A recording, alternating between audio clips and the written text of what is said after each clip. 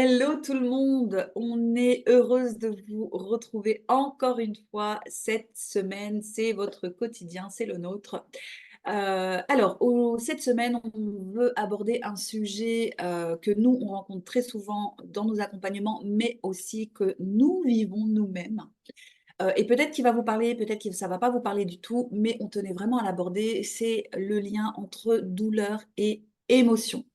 Vous allez voir que c'est un vaste sujet, pardon. On va peut-être pas tout aborder aujourd'hui, mais on va quand même vous donner quelques pistes et quelques clés pour que vous puissiez peut-être vous rendre compte de certaines choses, prendre conscience de certaines choses par rapport à vos douleurs physiques et à vos émotions. Du coup, on vous dit à tout de suite.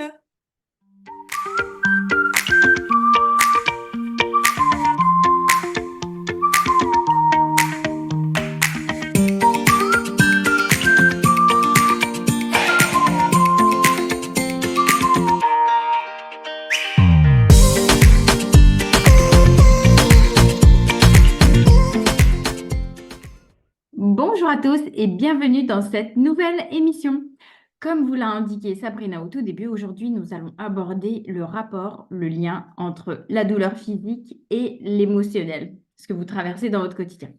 Et avant qu'on rentre dans le vif du sujet, on va simplement vous préciser que pour chaque douleur physique, n'hésitez pas à aller voir un médecin conventionnel pour vous faire vérifier tout ça et ne pas juste vous essayer de vous soigner par vous-même parce qu'on ne sait jamais, par sécurité, c'est mieux de consulter un professionnel. Voilà.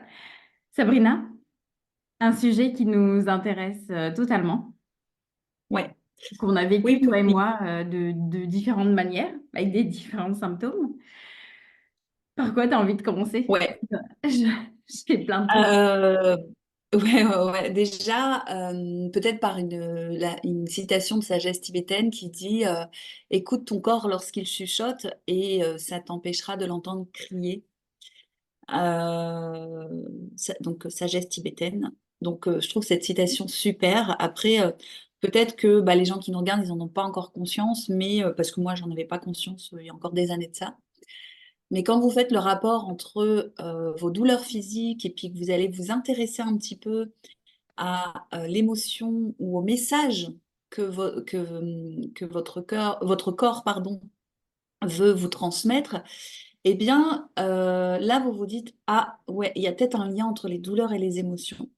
Et encore plus quand vous allez travailler votre émotion ou le message que votre corps vous renvoie, et ben là, vous voyez vraiment qu'il y a un rapport entre les douleurs physiques et votre émotionnel. Alors, je le répète, Alexis l'a déjà dit, mais nous, on n'est pas en train de se dire qu'on est médecin ou quoi, hein. Voilà, allez voir un médecin, hein, surtout si voilà, vous avez des douleurs physiques, parce que associer de toute façon les deux parties, c'est vraiment hyper efficace. Mm. Moi, je vais prendre. Donc, je pense qu'on va faire aussi cette émission sur la base de beaucoup d'exemples que nous, on a vécu, de choses qui nous sont arrivées à nous. Et puis, on va vous donner plein de références parce que, faut pas croire qu'on a la science infuse et que tout nous est venu comme ça. On a beaucoup de références, on a beaucoup appris par le biais d'auteurs, de livres qu'on a lus, de recherches qu'on a faites. Et donc, du coup, c'est pour ça qu'aujourd'hui, on peut vous donner ces références et vous les partager, puisque c'est aussi le but, je pense, de l'humanité, c'est le partage. Ne gardons rien pour nous, Non, partageons. non, non. Et puis, surtout, on vous a préparé des clés pour que vous puissiez réaliser ce qui se passe Ouais. lorsque vous traversez justement une douleur. Et puis, on va vous donner tout ça, comme d'habitude, en récap à la fin. Et puis, si cette émission vous intéresse, n'hésitez pas tout de suite à vous abonner, à nous suivre, à partager ce lien. Et ça pourra être bénéfique à d'autres personnes qui pourraient tomber sur par hasard, sur cette vidéo. C'est Voilà. ça. C'est top, hein, parce que j'y pense jamais, moi, à le dire, ça. Moi non plus. Non, mais c'est vrai, hein, je ne pense pas que dans nos émissions, à chaque fois, on le dit, quoi. Mais bon, si, Mm. effectivement, si ça peut servir à d'autres personnes, surtout par rapport aux références qu'on va vous donner, eh ben, n'hésitez pas à partager. Oui. Je sais pas, alors moi j'ai un exemple très concret. Je commence par l'exemple ou t'as envie de... Dis-moi ce En que tu as fait, envie de... si j'ai juste envie de rebondir, tu vois, sur le lapsus que tu as Vas-y, fait ouais. tout à l'heure. Donc, tu as dit ce que tu as voulu dire ce que Au cœur. mon corps, voilà, mon corps, mon cœur.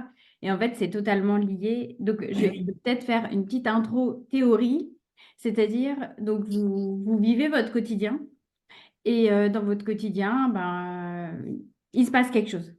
Il y a un événement, une dispute, quelqu'un vous dit quelque chose, etc. Alors, sur le coup, vous vous en rendez pas tout de suite compte. Et puisque vous ne vous en rendez pas compte avec votre cœur, et ben votre corps, qui est très intelligent, va vous envoyer ce message. Et ce message, il va se faire à travers une douleur. Donc, quand c'est au tout début, bah, la douleur, du coup, je vais rejoindre la citation que tu as donnée. Au départ, la douleur, elle est minime et puis elle va devenir de plus en plus importante jusqu'à ce que vous alliez l'explorer. Donc, bon, après, il y a des douleurs qui viennent, qui partent, etc. C'est juste de la théorie ce que je suis en train de vous donner. Et il y a d'autres douleurs, bah, du coup, qui vont s'installer et qui vont Mm. commencer à prendre de l'ampleur. Et c'est là que c'est important d'aller explorer le message que votre corps est en train de vous donner. Ouais. Donc, je te laisse la place pour ce premier exemple que tu as. Ouais. Alors moi j'ai un exemple hyper concret. J'ai fait une... j'en ai plein d'exemples concrets, mais là je vais commencer par celui-là. J'ai fait une tendinite donc à mon bras droit.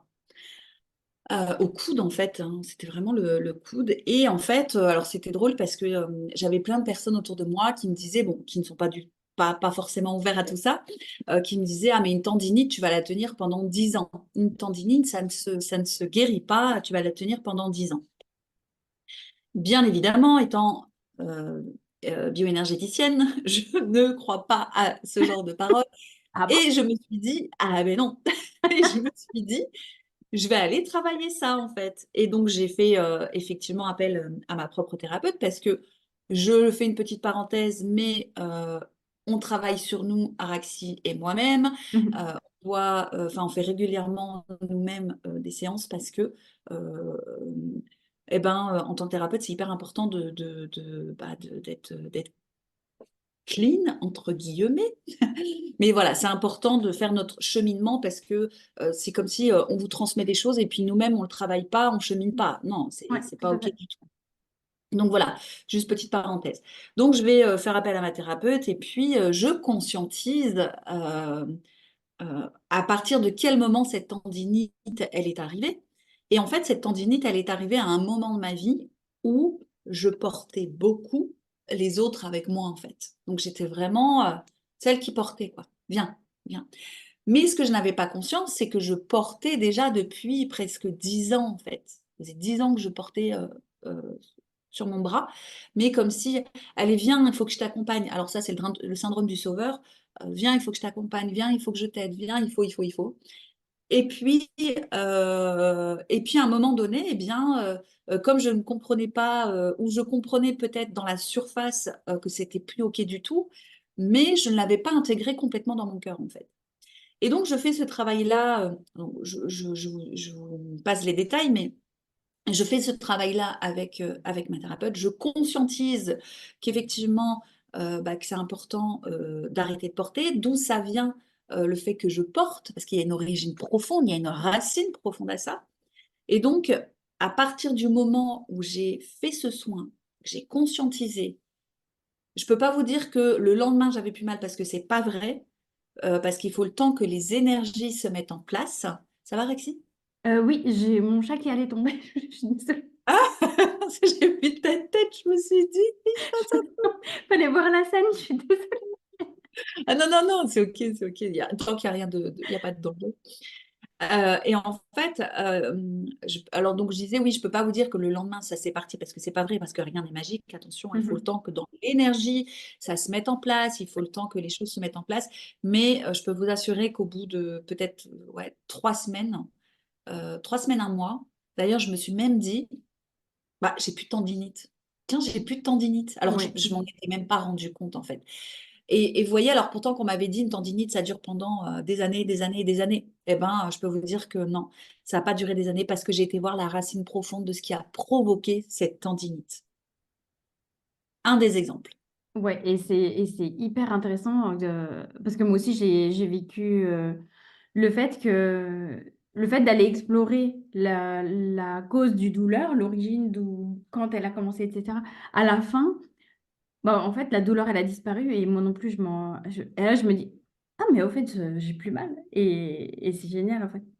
Après, moi, j'ai aussi un exemple, du coup, bah, d'une maladie plus longue. Donc moi, j'ai été détectée, Hashimoto, donc la thyroïde, d'Hashimoto et donc donc c'est une hypothyroïdie. Donc là, je me dévoile. Merci à toi. Et en fait, bah, tous les médecins conventionnels, m'ont dit, enfin, c'est clair et net, c'est une maladie auto-immune qui est là pour toute la vie. Et donc, il faut prendre, les médicaments à vie, donc c'est un petit comprimé chaque matin. Et donc, bah, je suis allée explorer ça, en fait. Je suis allée, voir, la signification parce que, ben, c'est pas évident. Et j'ai compris d'où ça venait. Entre-temps, donc, moi, j'ai ça depuis des années et des années, mais dans mon intime conviction, bah, moi aussi, du coup, en tant que bioénergéticienne, je me disais, mais c'est pas possible que je puisse pas soigner ça. C'est pas possible. Et prendre ce médicament jusqu'à la fin de ma vie, c'est pas concevable non plus. Enfin, je veux dire, je sais pas, il peut y avoir un changement de recette du médicament, parce que c'est déjà arrivé. Il peut y avoir une pénurie de médicaments. Puis qu'importe les raisons, en fait, de mon fort intérieur, je savais que, enfin, j'ai la conviction qu'on peut arrêter ça. Enfin, on peut soigner ça. Et donc, l'univers m'envoie un super médecin, donc, qui est conventionné et qui a une spécialisation d'endobiogénie que je vais voir maintenant depuis le mois de mars dernier. Et là, en fait, elle me fait une analyse complète. Et donc, il s'avère que ma thyroïde est stabilisée, mais avec le comprimé, bien sûr. Et on s'aperçoit que ce sont mes glandes surrénales qui sont totalement à plat. Et donc, les glandes surrénales, c'est le siège des émotions, c'est le stress. C'est un niveau de stress élevé, élevé. Et donc, j'entame toute une œuvre à partir de ce moment-là. Donc, à partir du mois de mars dernier. Enfin, j'entame, je continue, hein, parce que ça fait des années maintenant que j'ai commencé. Et lors de mon dernier rendez-vous, donc au mois de décembre, elle me dit qu'on peut commencer à réduire le dosage de la thyroïde et que mes glandes surrénales sont quasi à la norme, à la frontière de la norme. Donc, j'ai vraiment Ah, réussi à magnifique. faire un beau chemin. Et je peux pas vous expliquer la joie. C'est pas du tout, ouais, je le savais, non, c'est pas ça. Ça a été vraiment pour moi d'admirer de moi-même. Donc, c'est pas narcissique, hein, mais parce que c'est tellement énorme le chemin que j'ai pu faire que je respire la joie en pensant à ça, en Mm. fait. Je Ouais. respire. Et c'est important aussi de souligner que tu as fait beaucoup de cheminement intérieur sur ton stress, sur tes émotions. Enfin, je veux dire, tu as été te... Alors, tu as eu cette personne, ce super médecin qui t'a beaucoup aidé, mais à côté de ça, tu as fait un travail juste énorme. Enfin, moi, je me permets de le dire parce que je te connais, mais tu as fait juste un travail juste exceptionnel entre la première fois où je t'ai connue et maintenant. Hein. Rappelle-toi la première fois enfin, le premier stage, quand on t'a dit non, mais tu sais ce que tu dis, ça a un rapport avec toi. Quoi? Non, pas du tout. Ouais, non, T'étais non. pas prête à l'entendre.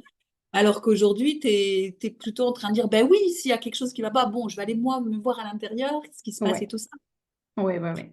Tu as fait un travail énorme sur l'émotionnel pour pouvoir euh, allier les deux, en fait, avec cette personne. Tu vois, c'est comme moi, si euh,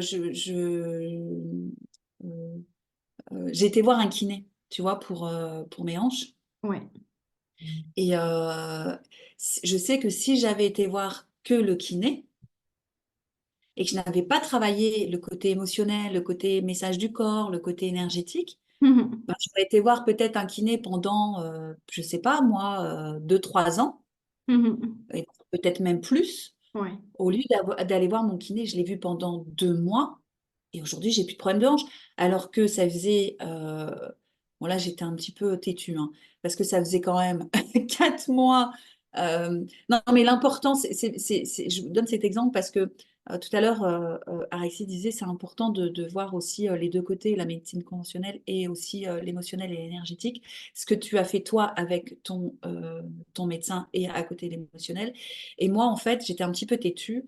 Euh, je me disais, ah, mais de toute façon, c'est émotionnel, c'est émotionnel, c'est émotionnel. Sauf qu'à un moment donné, quand ça vient dans le physique, bah, faut peut-être faire appel à d'autres médecines pour allier les deux, en fait, parce que rien n'est mauvais finalement.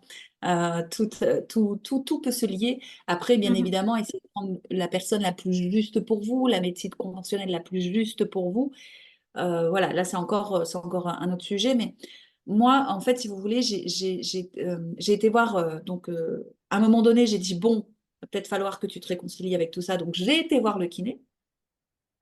Mais si j'avais pas allié le kiné et le côté émotionnel, et le côté émotionnel, j'ai pas fait qu'un seul soin. Je crois que j'en ai même fait un avec l'équipe. Oh, j'ai dû faire 2, 3 soins par rapport à mes hanches parce que il y avait une racine, ensuite il y en avait une autre, il y en avait une autre. Enfin, ça a été quelque chose de très profondément ancré. C'est quelque chose qui venait de loin en plus. Mais aujourd'hui, avec les exercices du kiné plus ce côté émotionnel que j'ai dégagé, alors le mot n'est pas très joli, mais c'est libéré plutôt, que j'ai libéré, ben aujourd'hui, j'ai plus de problème de hanche. Alors que, encore une fois, on m'avait dit, ah, mais tu fais de l'arthrose, tu verras, l'arthrose c'est à vie. Bah, pas du tout, en fait. Pas du tout. Alors, moi, surtout Ouais. quand tu me dis à vie, alors là, je vais Ah, te dire, non! attends, Hashimoto, tu vas prendre ton Euthyrox toute ta vie. mais hors de question. Mais en fait, ça, tu sais, le coquillage, il se referme tout de suite. C'est comme, pour moi, c'était comme une forme d'emprisonnement, en fait. Ou j'en ai pas Ah, encore terminé, mais c'est comme un emprisonnement. C'est-à-dire que toute ma vie, je vais avoir ça. Et alors, ouais, faut se dire, moi, j'ai quelqu'un dans mon entourage propre qui prend sa douleur comme une fatalité.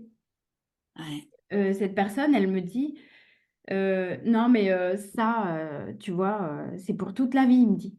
C'est comme ça, je vis avec. Je dis, t'es pas obligé de vivre avec, tu peux aller explorer ça. bien Après, c'est sûr. chacun a son libre arbitre. Chacun choisit pour lui. Mais pourquoi ne pas tout essayer quand vous n'avez plus Mm, rien à perdre? c'est ça. C'est dommage. Ouais, Je repense souvent à ce que Lorraine, elle avait dit donc Lorraine Lévy, quand on avait interviewé notre naturopathe, naturopathe. elle expliquait qu'il y avait des gens qui venaient en consultation et qui avaient des douleurs et qui vivaient avec, en fait, comme si ça faisait partie de leur vie. C'est ça. Et ça, c'est pas OK. On n'a pas été conçu pour vivre avec une douleur physique au quotidien, en fait. Mais c'est Ah, notre ouais, corps qui s'adresse à nous dans cette forme-là, parce que notre corps n'a pas la parole, pour nous dire, c'est ça, explore ça. ouais, c'est ça. Oh non, doucement, on enregistre. Oui, je t'ai vu. Excusez-moi, il y a mon chien. Mais en fait, le corps, il parle, mais il faut savoir l'entendre. Donc, en fait, quelle que soit votre douleur, et je vais même aller loin dans la douleur, vous voyez, quand les gens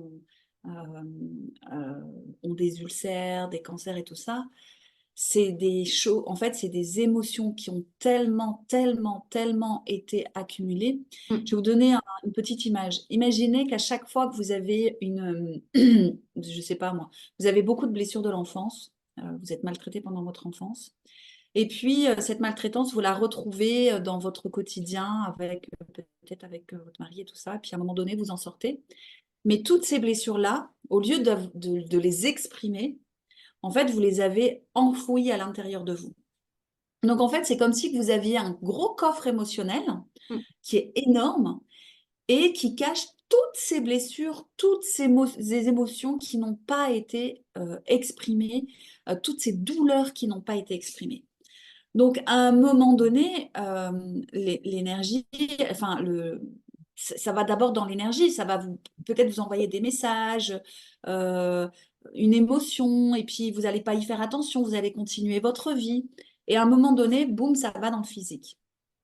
Ça va dans le physique parce que, eh bien, ça se transforme dans le physique parce que tout ça, ça n'a pas été exprimé. Et en fait, ce coffret émotionnel, ça se transforme en grosse maladie, en fait. Et, euh, et enfin, si effectivement on n'entend pas notre corps et on n'exprime pas en fait ces émotions, on n'exprime pas notre douleur, on n'exprime pas notre colère.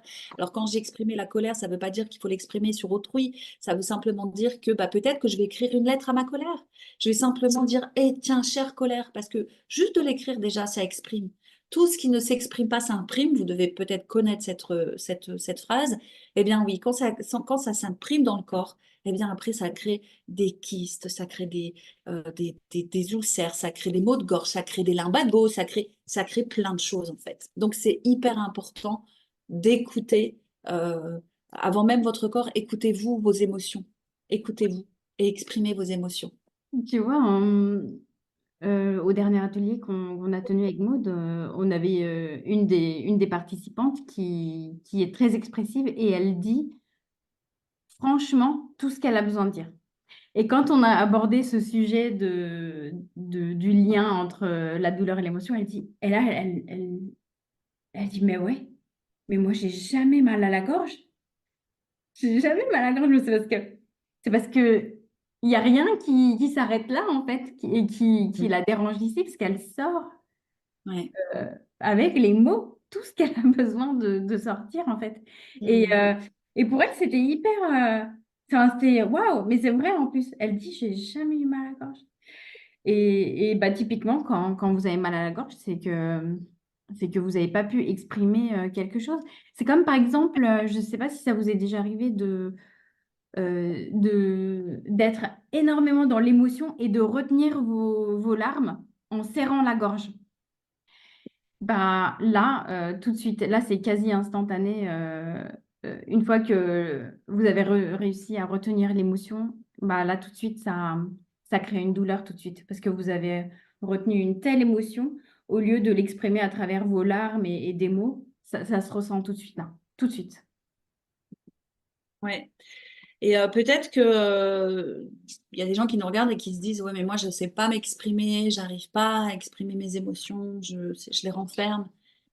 Peut-être que vous avez quelque chose à conscientiser, quelque chose à travailler. Et si vous n'arrivez pas à le faire avec votre entourage, une amie ou un ami ou votre famille, eh ben, là, dans ces cas-là, faites-vous aider et restez pas comme ça. Allez voir quelqu'un qui peut vous aider à exprimer vos émotions. C'est hyper important parce Oui, que plus vous allez garder, à un moment donné, ça fait des maladies. Et enfin, moi là, ça fait quoi? Ça fait 6 ans, 6 ans, 7 ans que je travaille sur moi, mais ça fait peut-être trois, non, ça fait 5 ans que je pratique. Mais du coup, j'en ai rencontré des personnes et des personnes qui viennent avec des douleurs. Et quand en fait, on fait un petit peu le décodage de leur vie, ouais, bah, je comprends pourquoi les douleurs en fait se sont amassées. Vous allez voir que, enfin, vous allez voir, si vous vous renseignez, on va vous donner des références. Si vous lisez ces livres-là, si vous vous référencez à ça, eh bien, vous allez voir que chaque partie du corps, elle exprime une émotion. Chaque douleur dans votre corps, ça exprime quelque chose. Alors, le oui. corps est vaste, hein. Donc, Et ouais, c'est hyper détaillé. Dans certains livres, c'est détaillé à la vertèbre près, à la dent à la près, dent près. Et c'est rigolo parce que, pour l'anecdote, l'autre fois, quand je suis allée chez l'ostéo, j'ai presque voulu lui demander c'est quelle vertèbre que vertèbre. vous m'avez remise. Je voulais le faire. Je me suis dit, moi, elle ne va pas à l'extrême, mais c'est pas l'envie qui manquait. Peut-être que je le ferai un jour. Il y a des ostéos qui sont de plus en plus d'ostéos qui sont très ouverts ce qu'on appelle la somato-émotionnelle, en fait. C'est tout ce qui est justement en rapport avec tout ce qui est vertèbre. Ouais. D'ailleurs, je vais vous donner une première référence, c'est Roger Fiammetti. Donc, je vais vous donner cette référence-là. Donc là, c'est le langage émotionnel du corps. Donc là, c'est le 2, mais il y a le 1. Hein, je n'ai pas sorti le 1.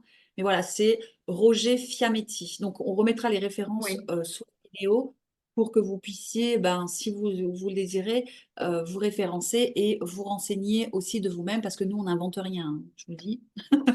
Non, honnêtement, c'est des ouvrages qui ont nécessité énormément de recherches, pardon, et pas seulement d'une personne, c'est des équipes en général qui font des recherches et à écrire tout ça, enfin, c'est énorme. Donc, ouais, on prend des références et on vous les met en commentaire à la fin de la vidéo. Ouais. Et c'est vraiment magique, tu vois, je repense à un soin que j'ai eu il n'y a pas très longtemps où la dame, elle vient pour aborder elle a un sujet en tête. Et puis, c'est une dame qui a eu plusieurs années avant un accident de voiture. Et donc, et ce jour-là, quand elle est venue, elle avait un rappel comme ça de sa douleur, en fait, parce que c'est par phase, ça part, ça vient. Et donc, elle vient, puis je l'installe confortablement pour qu'elle puisse partir en introspection confortablement. Donc, on fait la séance hyper intense, etc. Et puis, elle repart. Et le lendemain, elle m'écrit un message. Elle me dit, Araxi, j'ai plus mal à ma jambe. Donc, elle est venue. Mhm. On n'a pas, elle n'est pas venue pour qu'on traite la douleur de sa jambe. Elle est vraiment venue Ok. Ouais, ouais. pour aller explorer son sujet. Ouais, ouais. Et en fait, indirectement, la douleur de sa jambe était liée à ce qu'on est allé explorer. Le lendemain, elle était, ah si, j'ai plus mal à la jambe, merci. Enfin, et moi, c'était, mais merci à toi. Enfin, j'étais hyper heureuse pour elle. Et c'est juste énorme, en fait. Le corps parle. Et de ce Mhm. fait, vous pouvez aussi parler à votre corps. Donc, c'est très bizarre à entendre. Je peux le concevoir mais je le fais moi-même. Je me dis, bon, ok, j'ai compris, tu veux me donner un message. Bah, Bon, je fais pareil. qu'est-ce que tu veux me dire? Je suis à ton écoute. Et là, je me pose, parce que j'ai des opportunités de me poser au calme dans la journée. Et là, je me pose les questions. Donc, parfois, ça fonctionne. Parfois, j'ai besoin d'un coup de main, d'un coup de pouce.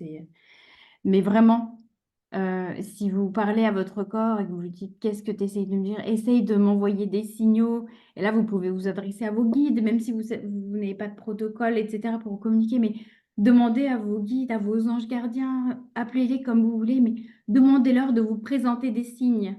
Et les signes, ils peuvent être n'importe où. Ils peuvent être dans ce que vous écoutez, enfin, observez. Ça peut être dans votre voiture, ça peut être en discutant avec quelqu'un, ça peut être vraiment n'importe où. À partir du moment où vous demandez des signes, essayez d'observer, mais pas d'observer comme la police scientifique ou quoi, mais accueillez, observez, et c'est comme si inconsciemment vous êtes dans l'attente de ce signe, et vraiment, ça va venir, ça va venir. Mhm. Moi, Ouais. je ne vais pas m'écarter, parce que de ça, on a aussi, Sabrina et moi, beaucoup d'exemples de signaux de nos guides, mais parlez à votre corps. C'est ça, ouais. Écoutez-le, parlez-lui. Et je voulais rebondir aussi sur, pareil, moi j'ai des personnes qui sont venues enfin, me voir et là pour le coup elles venaient vraiment pour un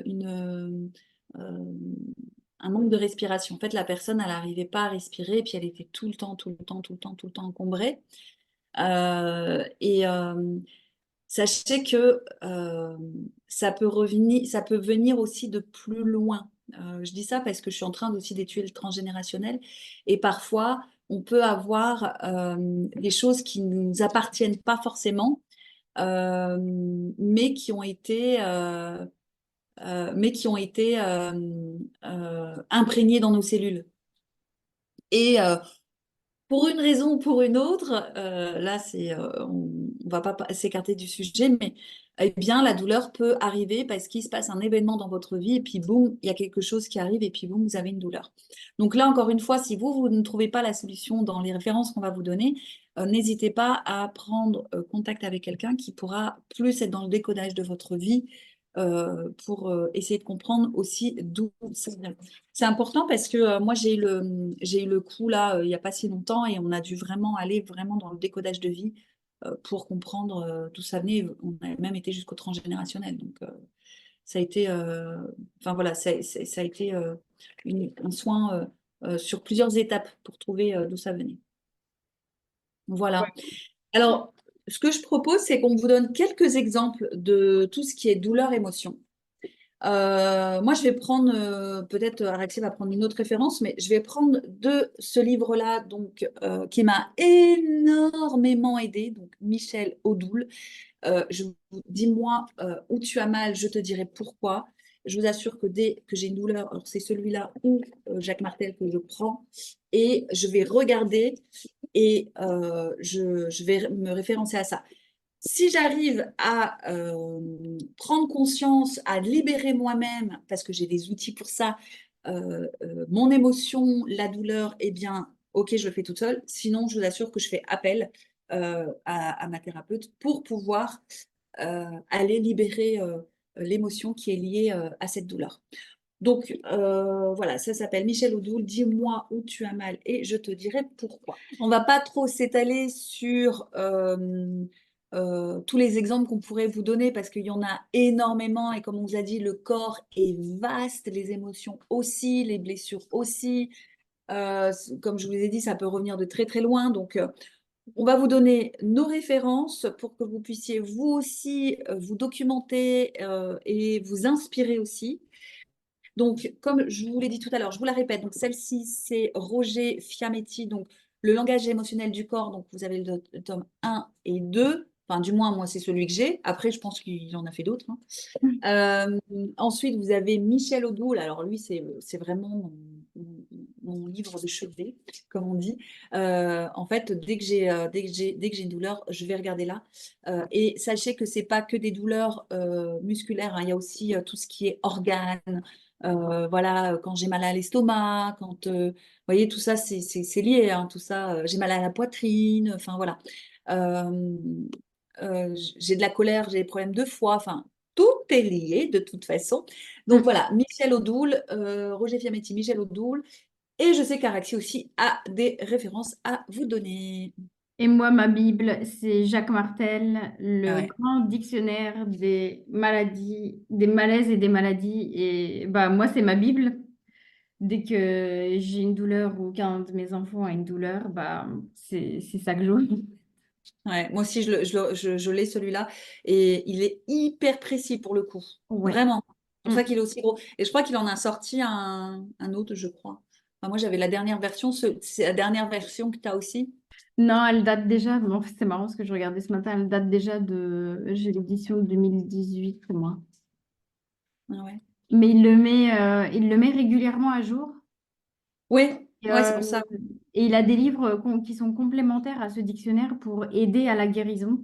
Donc Ouais. ça, enfin voilà, à vous de voir si vous êtes intéressé par l'acquisition de ces livres complémentaires. En tout cas, c'est des guides déjà, ça vous permet déjà d'avoir une première vision, une première compréhension et puis ben, on va vous donner les clés qui vont aller avec pour pour comment réagir. Donc, la première chose, la première clé qu'on va vous proposer, ça va être d'accepter, enfin, de ressentir la douleur, de ne pas l'ignorer et d'accepter que vous avez cette douleur, qu'elle Mm. est là. Euh, Elle est là. Ok, j'ai mal à la cheville. Oui, j'ai mal à la cheville. Ok, qu'est-ce qui se passe? Donc là, Voilà, vous fuir. reconnaissez la douleur, vous l'acceptez et limite, vous la remerciez parce que votre corps, Mm. elle est en train de vous, enfin, il est en train de vous donner un message qui est important pour vous, pour votre évolution, pour la suite de votre chemin en fait. Mm. Mm.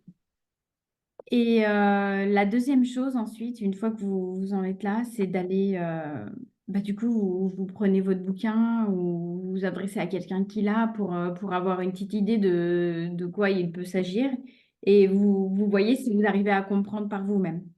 Et dans toutes les phases, n'hésitez pas à parler avec votre corps. C'est- Votre corps, c'est un Mm. ensemble de cellules qui sont vivantes. Toutes ces cellules, elles sont là pour vous Ouais. maintenir debout, en santé. N'hésitez pas à leur parler. Et oui, ça va être très important. Et si vous ne parvenez pas, si ça ne suffit pas, ce que vous avez compris, ce que vous êtes allé explorer, n'hésitez pas à aller consulter votre thérapeute qui pourra vous guider, qui pourra vous apporter des éléments supplémentaires et qui vous aidera dans votre introspection, en fait. Et ça va être hyper complémentaire avec le médecin que vous allez aller voir, en fait. Mm, mm. Ouais. Et la troisième clé, eh bien, ça va être pardon, en pratique ce que vous lisez ou les outils que votre thérapeute va vous donner. Parce que moi, je le répète toujours, mais toujours, enfin, et on le répète toujours dans l'émission, vous êtes la clé. Il y a pas il y a pas de secret.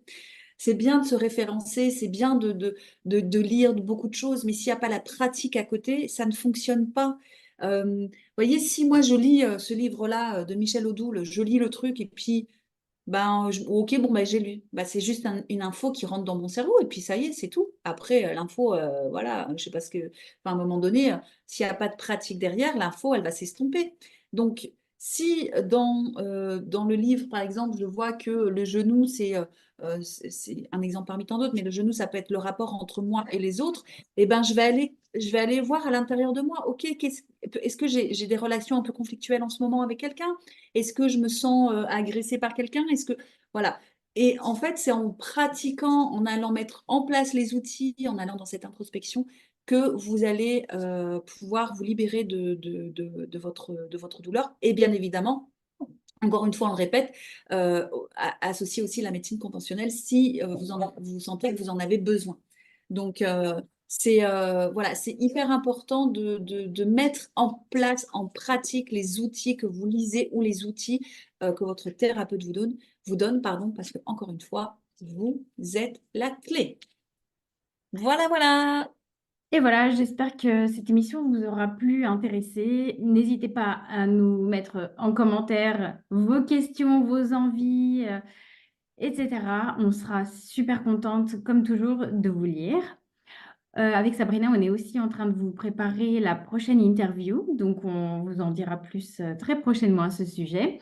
Et si, pareil, si vous avez envie qu'on interviewe un corps de métier spécifique, n'hésitez pas aussi à nous le dire en commentaire. Comme ça va nous encourager à aller vers telle ou telle direction.